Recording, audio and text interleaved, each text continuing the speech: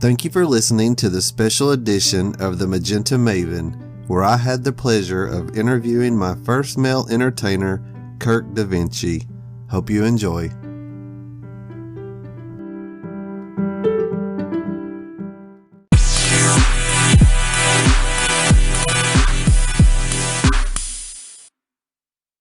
Well, I'm here with male entertainer Kirk Davinci.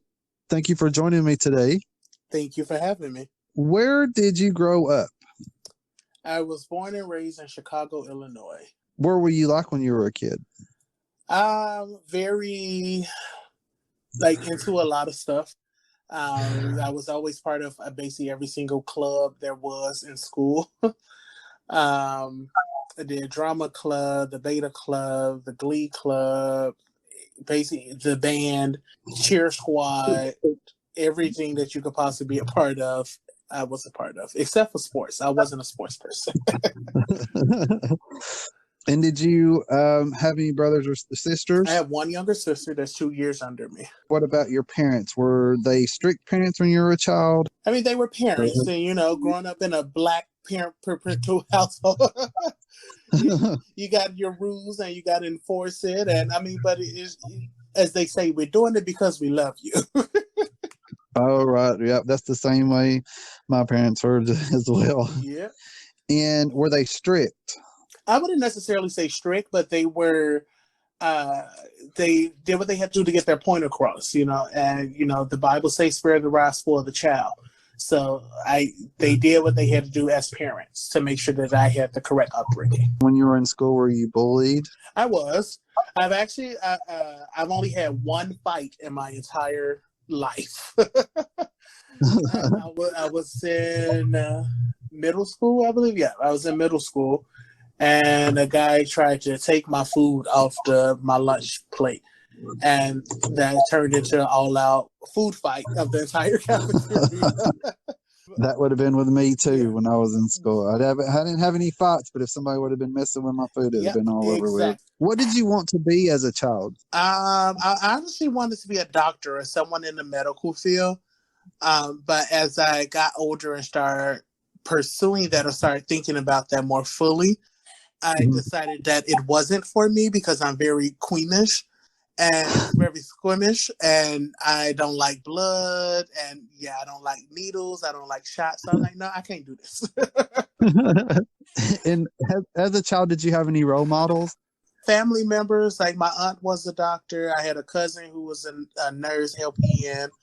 So I thought they were all aware that that's what I wanted to do. So they were pushing me to do it. But as I did a training day with my cousin, and that's when I seen all of that, and I was like, okay, no, this isn't for me. So I know that you are a male entertainer. So tell me about the first time doing a male entertainment show. Okay. Well, for 10 years, I've actually 11 years total. 10 years as a male entertainer, because actually when I first started entertaining, I did drag for a year. Oh, wow. I stopped doing that because it took a lot of time and a lot of money and a lot of sacrifices.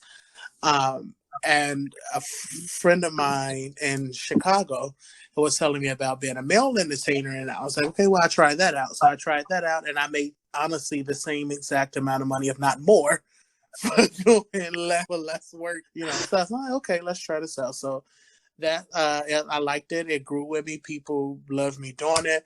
So I just kept it going. So tell me about your first time on the stage in a pageant. My very first pageant was for a bar title in Chicago. It's a bar called Jeffrey Pub, and it was Mr. and Miss Jeffrey Pub. And I placed dead last in that pageant. The scores were nowhere compared to everybody else. But I was like, hey, it's my first one. A few of the other people that competed, they were very tenured in the business.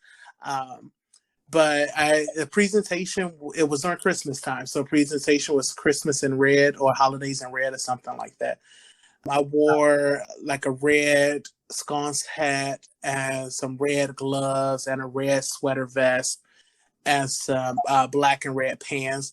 And then we had talent I forget I probably did Luther for talent.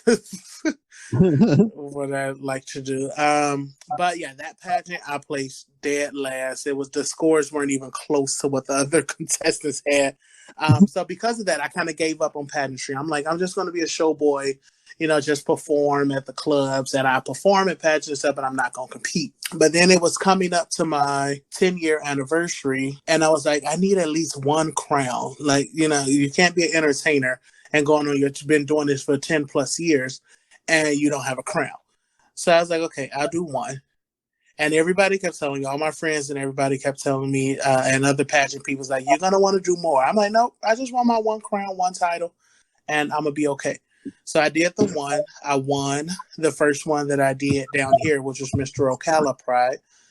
And after that, it was a great reign. And then, of course, I wanted to do more. I'm like, hey, this feels good. Let me keep it going. Let me keep going. And now, 13 titles later, we're here today. So what is your favorite system to compete in?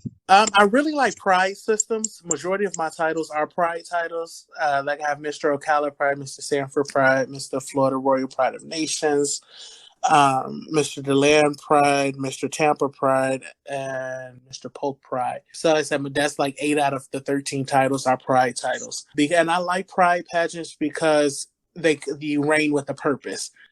You bring pride and awareness to the community, and you're able to do things within the community that could bring the community together. You're able to do the parades.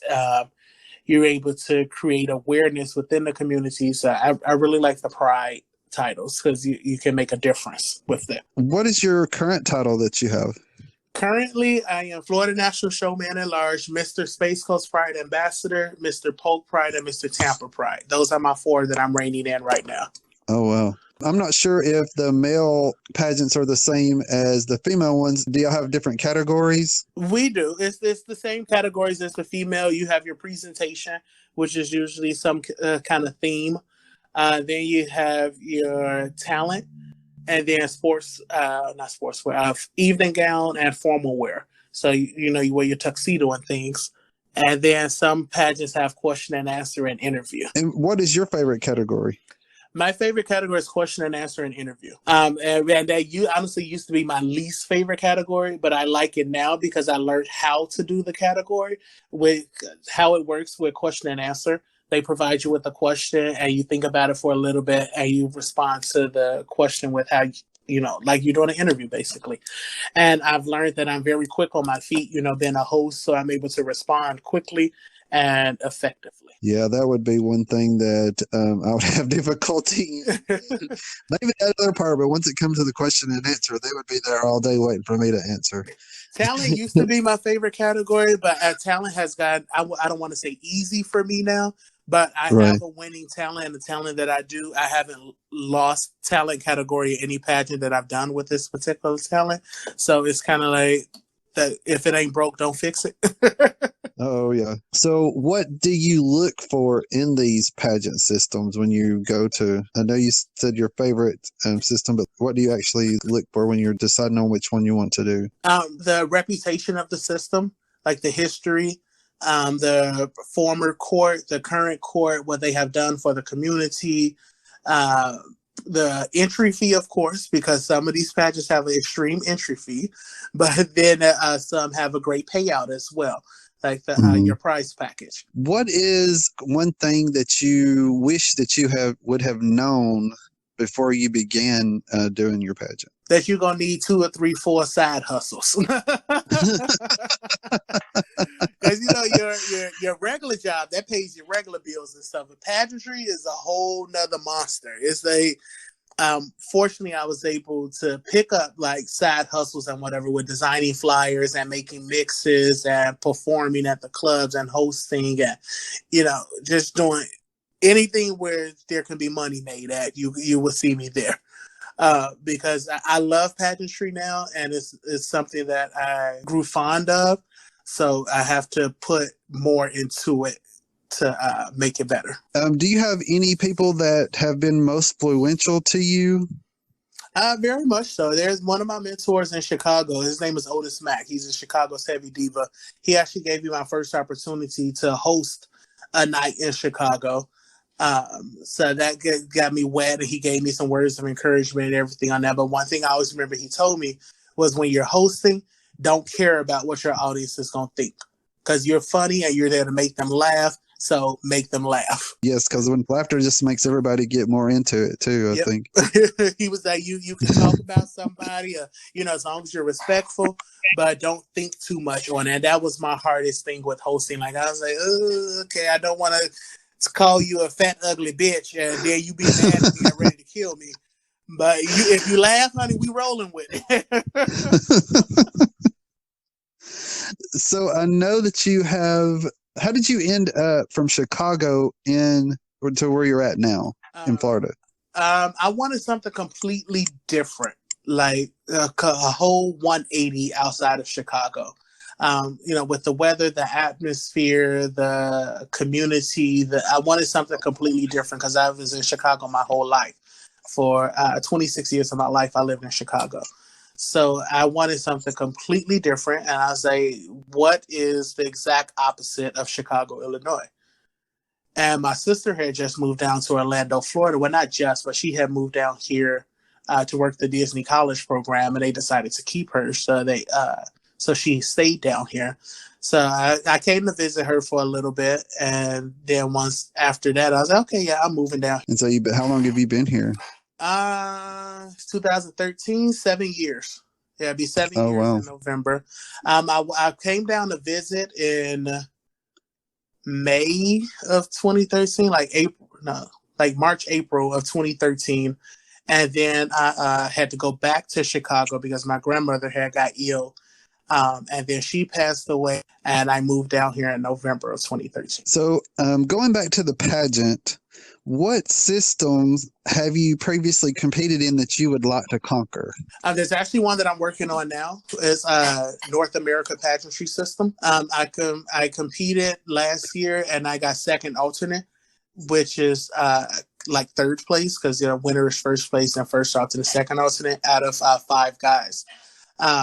And I want to go back to get that title, because I know that I learned from my mistakes. I learned what I did, what was incorrect, and what I can do to make it better. So I'm definitely going back to there. There is going to be in January of 2021. Oh, well, yeah, because I guess with this, it's probably put a hold on it like everything else with the COVID going on. Yes, and that's actually with all my reigning titles that I'm in right now. I'm actually going to be holding on to those until 2021. Because none of the systems are having pageants this year. Is there a common myth about the male pageantry that you would want to debunk? That we're here. Plain and simple like that. We're here. We're a form of entertainment. We're here, basically. Yeah, just that. And we're not going anywhere. And then being an at-large competitor at that. With the big boys are here too. A lot of times when people think of male entertainers, they think of the body boys and the beautiful boys, which I love them as well. And I like a good body to chisel and a beautiful face as well. But with the at-large male entertainers, we are here as well. We're very entertaining. We have an aesthetic of drag that I can say that we use. When it comes to performing and the attire that we wear and things. But of course, it's not a full drag transformation, but it is an aesthetic of drag. So I've noticed when I've seen you perform that you have these, they're like jewel things that go on your ear. What are those? Ear cuffs. Okay. Everybody's always talking about my ear cuffs. And I've learned, and not saying that they're a bad thing, but I've learned that I don't have to wear them all the time now. I used to wear them with every single outfit. Like you see, it does add a wow to it, yes, like whenever you come out. I wear them more now, honestly, within the straight community. When I'm hosting a show or going to an event, they look for those. They're like, wear your ear bubbles. That's what they call it. Where your ear bubbles at? I'm like, yeah, I got them. But those things are very heavy, so I can't wear them for a long period of time.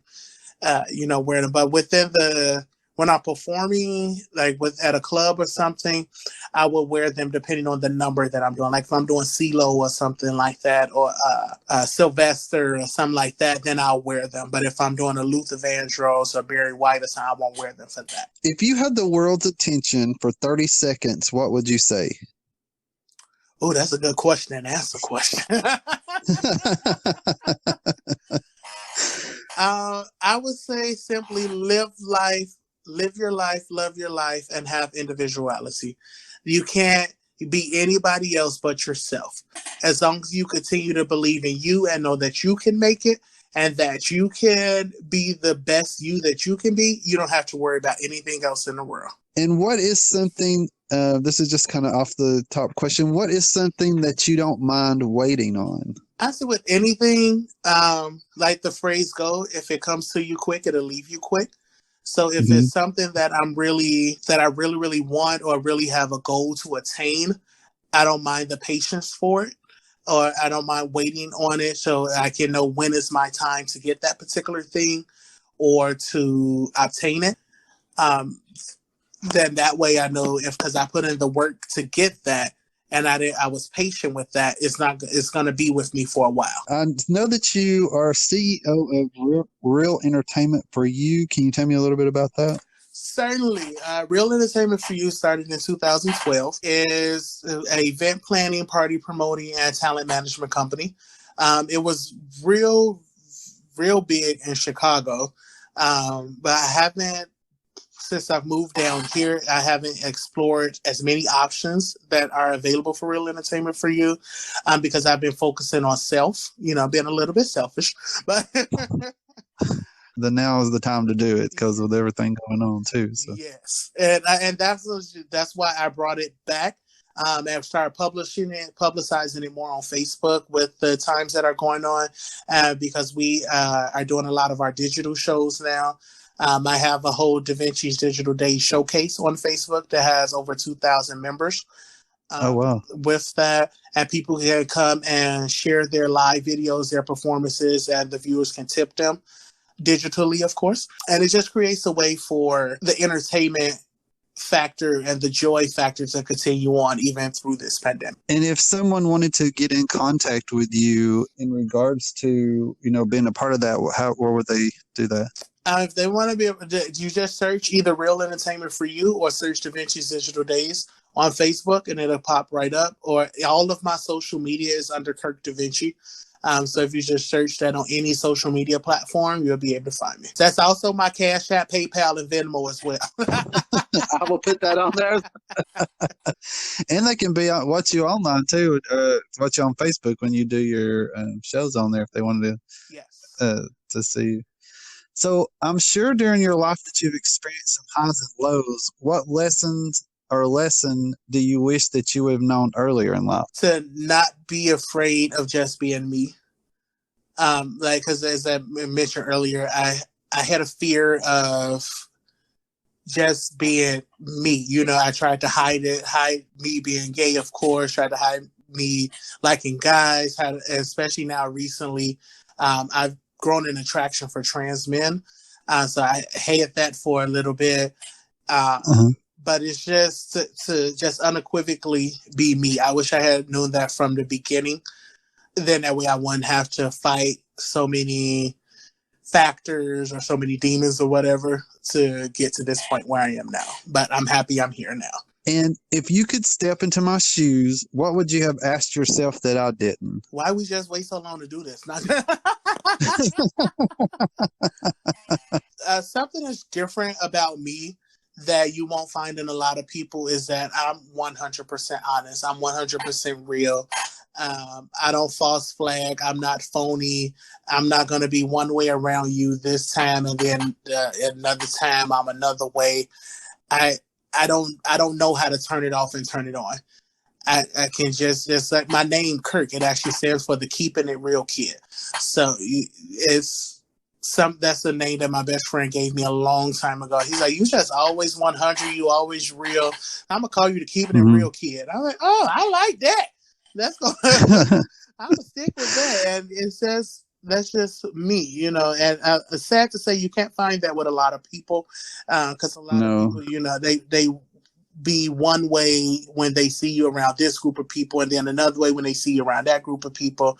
And to me, that's just phony. And if phony is lying, you're not being yourself. And when you got to lie, then there's no reason for you to be around. What about the Davinci part?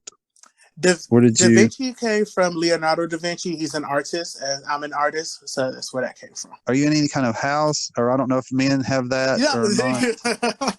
Great question. But not in Chicago, I was part of many houses. I did the ballroom scene a lot in Chicago. And that's actually where Da Vinci came from. I had the House of Da Vinci in Chicago. We actually branched out from the House of Darion to start our own brand line, because, you know, at that time Beyonce had came out with her clothing line, and we didn't want to get sued. Yeah. So, so we're like, okay, let's branch out to something else. She probably took that from y'all. Probably did. You know, Beyonce take everything from the gays, but hey, I'm not going on record saying I don't want the beehive to attack me. But it's down here, I'm the father of the House of Da Vinci. I have four sons and one daughter here. Oh, wow. And they're all entertainers except for one of my sons is not an entertainer. He's not ready yet. So he's an upcoming performer. Yes. We'll be looking for him on there. Well, thank you very much for doing this with me. Thank you for having me. It was great.